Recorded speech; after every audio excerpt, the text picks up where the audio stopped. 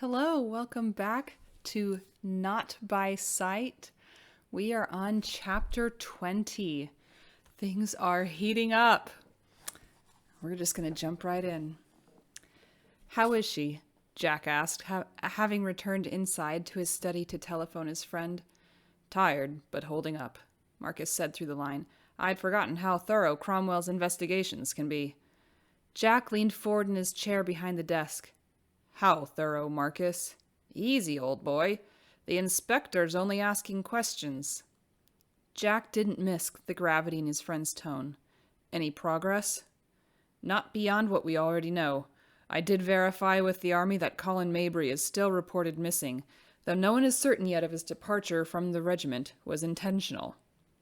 They're still conducting an investigation into his last whereabouts. As far as Patrick Mabry is concerned, detectives have come through his offices, his residence, and his personal effects, but so far they've found nothing. He's been questioned about the suspect he was recently seen talking with at Swan's. He has nothing to say other than he visits with most of his customers. I'm afraid his daughter's letter is the only thing connecting him with treason. And despite our being at war, there is still a slim possibility he'll get released. Oh, that's beautiful. Jack clenched the phone as rage tore through him. After getting this close to the truth of Mabry's actions, they might let him go? The injustice made him grind his teeth. What about Grace? He demanded. I think you know the answer to that, Marcus said. Dread filled Jack. Have we missed something, Marcus? I ask because, as ridiculous as this is going to sound, I'm not certain she's guilty. He then recounted to his friend the stories Grace's co-workers had shared with him earlier. They made a persuasive argument as to her character, despite the letter. It's hard to believe someone so selfless could simply turn around and betray her country. A good spy goes to great lengths to remain undetected. Marcus spoke matter-of-factly. Miss Mabry has obviously done the same. Is she that calculating? I know in this business we've met all types, but usually even the most experienced agent slips up in some way, with a word, a look, a nuance. Jack hesitated, then said, I've spent the past 3 weeks with her. In that time, we've shared so much together. He cleared his throat. In spite of her father's treachery in April, every instinct still tells me she's innocent. Jack, I understand what you're saying, Marcus said. Even I admit that Grace isn't what I'd first expected, and she did help me along with Claire. I'm sorry. Jack wasn't in the mood for commiseration. What happens now? Cromwell will end the questioning soon and send her away to a court-martial. Jack felt the air leave his lungs. They'll find her guilty, Marcus, he whispered. The firing squad. I know, Marcus said with equal gravity. I'll do what I can. I'm coming to London. Jack shot up from his seat behind the desk. I want to see her. Impossible. Both Mabrys are under New Scotland Yard's jurisdiction. No visitors. Not even you, Jack. He paused. And to be honest, I don't think she wants to see you right now. Of course she didn't. Keep me posted hourly, was all he managed before ringing off. Moving away from the desk, he walked to the hearth and gazed into the empty grate. Any remnants of the white feather had now turned to ash. Grace had been devastated by the action, yet Jack was so angry he hadn't really seen it. He'd only wanted to lash out at her for betraying him that night months ago, and for the hundreds of poor souls killed on the Thames, for allowing him to hope for the first time in months, and then taking it all away with the simple ease of a letter much like the one he'd found aboard ship. Patrick Mabry's letter. Ironic that the traitor might go free while his daughter would not. He turned and slumped down into the chair across from the hearth. The women at the gatehouse believed in Grace, and he had promised to help. But how? Look to your heart, Jack. Closing his eyes, he recalled the morning Grace had spoken those words to him. He leaned forward in the chair and clasped his hands together, as close as he'd come to prayer in a long time. If she was right, if indeed God did exist, then he hoped the Almighty would show him where to start. Jack awoke in the early hours of the morning, sitting straight up in bed, his body covered with sweat. He'd had a dream. It was the night of Lady Bassett's ball when he dressed as Casanova and glimpsed the mesmerizing figure of Pandora approaching him, her gown flowing around her like angel's wings. He'd known even then he could love her. The emerald eyes smiled at him while her kissable mouth parted, and she whispered, "Not by sight, Jack," as she drew nearer, carrying with her the little gold box. In his dream, Jack felt his eyes close for a moment, and he heard the sound, a high-pitched cackle from across the ballroom. Laughter. Grabbing up his robe from the bed, uncaring of the mask on his nightstand, he went downstairs to telephone Marcus. Agnes was terrified. Seated in the pew beside her co-workers at church the next day, she clutched her songbook and prayed silently while the others sang. The past 2 days had been a grueling nightmare. First, with her mistress being arrested for treason, then yesterday having to be in the same room again with Lord Roxwood. She'd tried to remain obscure, standing at the back of the parlor, but then she'd laughed. It always happened when she was excited or nervous, and Lord Roxwood seemed to stare right through her. Agnes had to remind herself he was blind. He couldn't possibly know it was her at the Dowager's costume ball that night long ago, or that she'd exchanged information with the man disguised as the American film star Charlie Chaplin. That Agnes was a spy for the Germans. She'd listened while her co-workers bared their souls, shocked at some of the secrets they harbored. Agnes had hoped to evade telling her own, despite wanting to help Grace. Before long, however, it seemed all attention was upon her. Even the lord of the manor had turned his masked countenance back in her direction. And so she'd started spinning her tale of woe for her audience, how she'd met her British husband Edgar overseas, and he'd brought her here to his homeland before the war, how she'd married a coward who abandoned her once conscription laws were enforced. All of which was true. Yet Agnes hadn't told them Edgar was also a traitor to his own country, leaving Britain and his Belgian wife to return to Germany, where Agnes had lived with her mother and younger sister Renee as Belgian nationals. That he'd never really loved her, but merely used her as part of his cover, doing his spy work in Britain. "I was at loose ends," she'd said. "It wasn't long before I ran out of funds. I became desperate." True enough, as Edgar had left her almost penniless. Agnes then relayed to her co-workers and Lord Roxwood how months later Grace found her begging outside Swan's and took her in. That part of her story still filled her with shame. Not the begging, which was just a ruse, but having manipulated Grace Mabry's sympathies. By then, Edgar's Dutch agent, Alfred Dykes, had made contact with her. He informed Agnes that her mother and Renee had been moved to a concentration camp at Holzminden in Lower Saxony. If she ever wished to see them again, she would do as she was told. "She took me in, Miss Mabry did. It was luck that her lady's maid suddenly quit, running off to elope. I was offered the post." Agnes wondered if there really had been an elopement, or if Dykes disposed of the maid to allow Agnes access to Mabry's household. Swan's, he'd said, provided the perfect cover, hiding in plain sight, with its steady stream of clientele. Just days before, he'd taken up position as Swan's floor manager, replacing an employee killed in an automobile accident. Agnes wondered about that accident as well. "I became more like Miss Mabry's companion than her maid." Also true. Her relationship with Grace Mabry allowed Agnes the freedom to meet with various contacts during their outings together. In fact, the night of the ball, she'd met with Chaplin under the ingenious guise of handing out white feathers, which Grace had unwittingly suggested in her determination to enlist every able-bodied man to the front. As Dykes had access to Mabry's posts, it was easy for Agnes to obtain letters written to certain shipping personnel who were also on Germany's payroll. She would steam open the seals and insert coded messages using invisible ink, just as Dykes instructed. The letters would then be resealed and sent on their way, with Patrick Mabry none the wiser. Man. I owe Miss Mabry everything. Agnes had meant those words. Even now it grieved her to be the cause of Grace and her father's arrest. But what choice did she have? Each time she looked at the photograph she'd been sent, of Mamma and Renee standing beside the barbed wire, she feared for their lives. Agnes hated spying.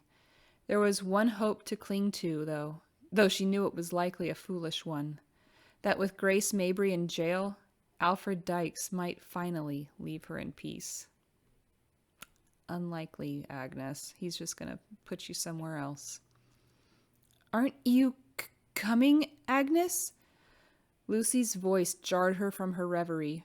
She was startled to realize the service was over, and most of the villagers had already vacated the church. Rising from her seat, she followed the others outside.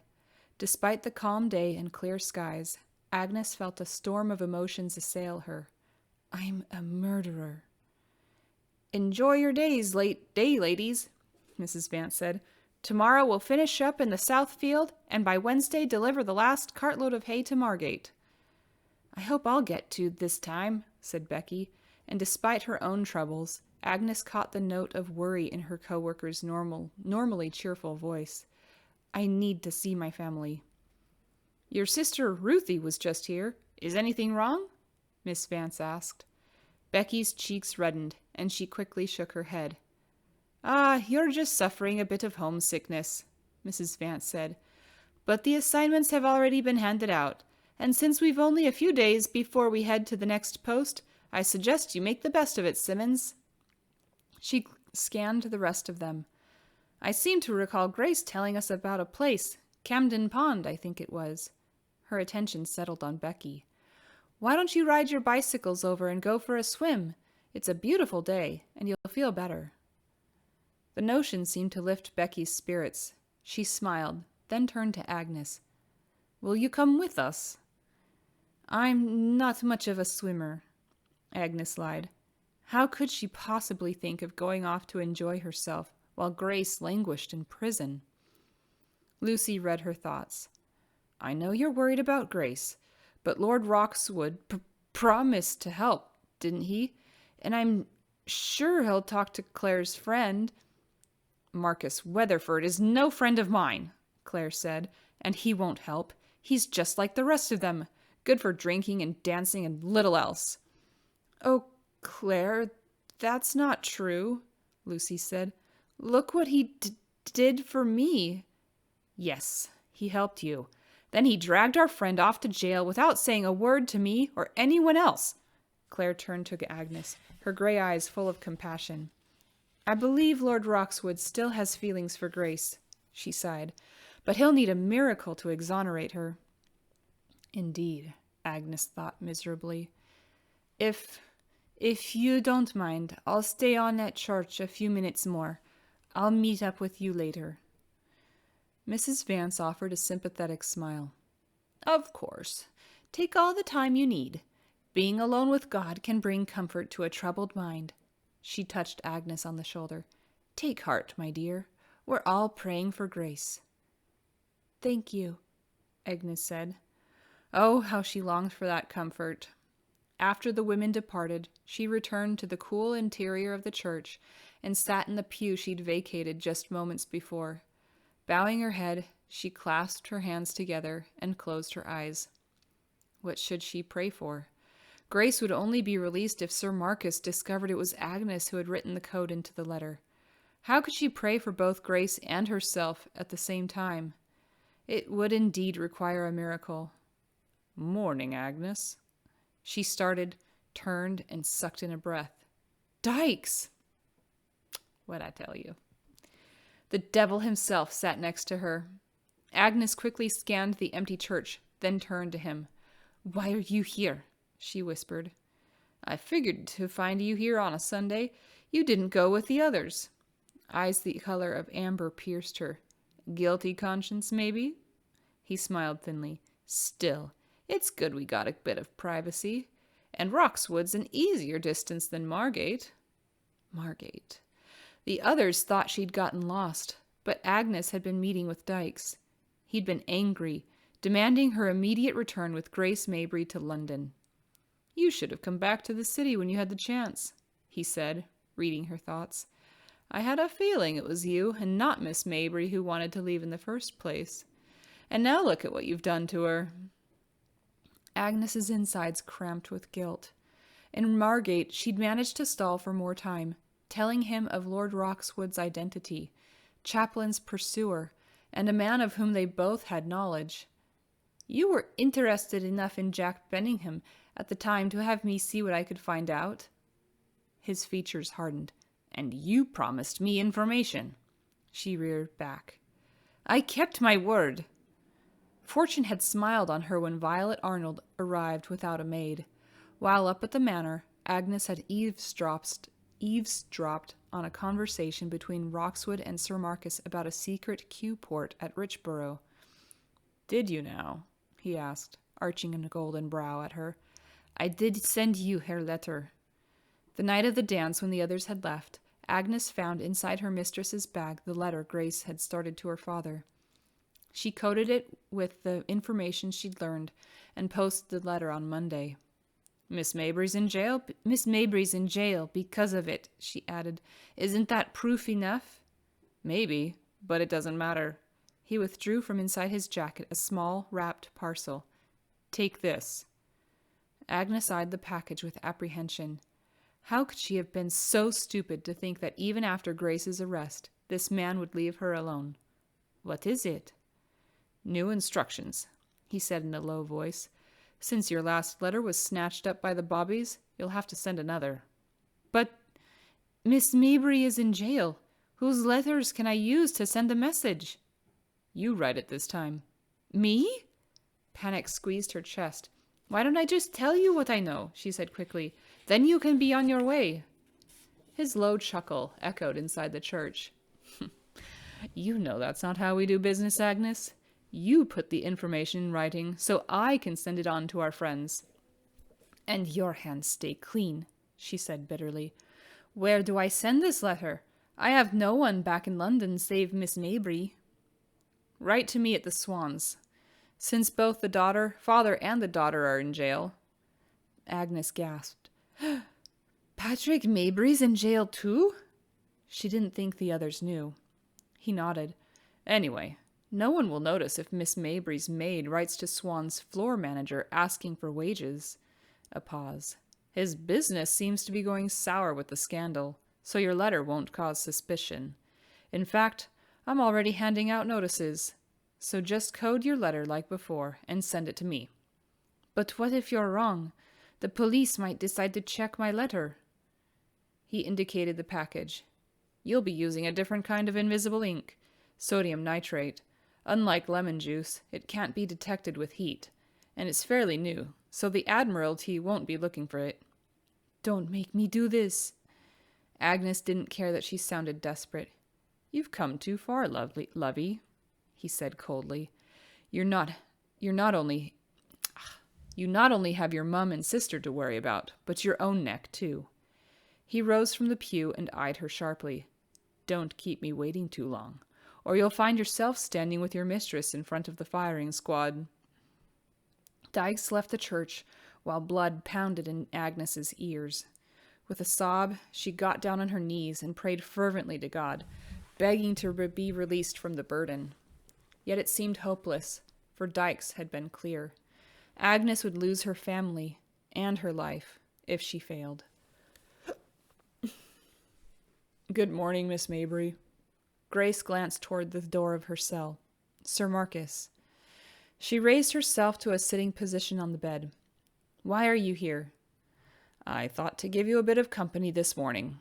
He entered and grabbed up the only chair the cramped space afforded and placed it next to the bed. I'd prefer the company of my father. When can I see him? When you provide the information Cromwell wants. Dear God, please help us. Grace blinked back tears of exhaustion. She'd been locked up 3 days, and they had yet to give her news about Da. Can you at least tell me if he's well? Sir Marcus nodded. He seems to be coping with his confinement. His words gave her little relief. Standing, Grace asked, "May I be allowed to attend church? It is Sunday, after all." She longed to be free of this cage. "Unfortunately, no," he answered. "However, I can send for a chaplain if you wish." "Last rites?" she snapped. When he didn't react, she felt a chill ripple through her. The past few days had been all too real. Cromwell grew more impatient with her each day. Soon she feared a trial, and then... "I'm innocent, Sir Marcus." Impulsively, she reached for his sleeve. "Please believe me." Her voice broke, and she let go, looking away from him. He cleared his throat. "How well do you know Mrs. Agnes Pierpont?" She turned back, surprised at the question. "Why do you ask?" "Tell me about your maid," was all he said. Curious, Grace returned to her place on the bed. "I discovered Agnes outside my father's establishment back in January," she began. "It was cold, and she was hungry and seemed desperate for funds. She told me she'd been a lady's maid in her homeland of Belgium. She'd met and married a British national, Edgar, who brought her to this country just before the war. He disappeared when Parliament enforced the conscription laws. As my own lady's maid had departed unexpectedly, I gave Agnes the position. She's been with me ever since." "Have you always treated her more as a companion than a maid?" "Did she tell you that?" Grace straightened and stared at him. He nodded. "You have friends in the Women's Forage Corps, Miss Mabry. Each has come forward to share her personal story about how you helped them, in order to vouchsafe your character." Grace fought tears, and her heart swelled with a fierce love for her sisters. "I cannot believe they would go to such lengths for me," she whispered. "It seems you did the same for them," Sir Marcus said. "I know you helped Lucy." "Did you speak with them then?" He shook his head. "Tell me more about Agnes Pierpont." What was he getting at? She held on to her patience. "Yes, Agnes was more my friend than a servant. We went everywhere together, shopping, the museums and art galleries, and after learning how Edgar had mistreated her, I encouraged her to join me at the suffrage rallies. I wanted her to realize her value and know she didn't need to be dependent on anyone else, save God, to find happiness." His honey brown eyes shone with admiration. "I take it she attended social functions with you as well? Did she also attend the costume ball where you first met Jack?" Grace nodded. "Agnes showed me the announcement in the paper. Lady Bassett was hosting a ball to benefit the Red Cross. The reporter mentioned that several persons excused from duty at the front would be attending as a form of community service." She looked down at her lap. "Agnes and I had gone to a rally just the day before, so we decided to sneak into the party and hand out white feathers of cowardice." "Were you with her the entire time?" She blinked. "Yes. I mean, we arrived together, but then separated to pass out our feathers. Once Jack departed, the butler escorted Agnes and me from the house. Why are you asking me these questions?" "Has Mrs. Pierpont at any time had access to your personal things?" "I suppose." She glanced up at him in shock.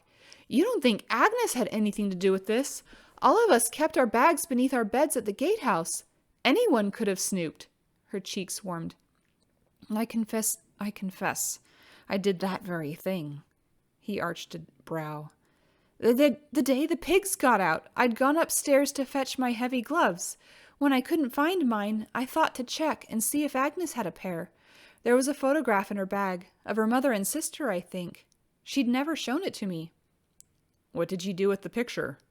"I put it back," she assured him, "and I didn't mention it to her. I had hoped Agnes would eventually trust me enough to show it to me herself." Sir Marcus's brows drew together. "She never mentioned having a family to Jack." "Jack?" Grace's heart thudded in her chest. "He spoke with her and the others?" He hesitated, then nodded. Grace hardly dared breathe. "Does he believe I'm innocent?" I cannot say. His expression turned guarded. But he's promised your friends to help if he can. And when he called me yesterday, I gave him my word to look out for you. He called you? Then he's changed his mind about me. Does he realize my family is innocent too? My father? My brother? Hold on, one thing at a time, Sir Marcus cautioned. There was proof against your father on board the ship that exploded the night of the ball, so his guilt or innocence is still being determined. As far as your brother is concerned, the army has no word yet on his last known whereabouts. He paused, his expression grave. But Grace, there is still the letter. Stationery! Grace shot up from the bed. Agnes had access to my letter. She borrowed my stationery the night of the village dance. She wanted to write to her family and couldn't find her own. I'd forgotten to mail my letter to Da, and so she took it along with hers last Monday to the post office. She stared at him, swallowing, then said, It must have been her. Sir Marcus rose from his chair. I certainly plan to check it out. He offered a smile for the first time. I must leave now. May I get you anything?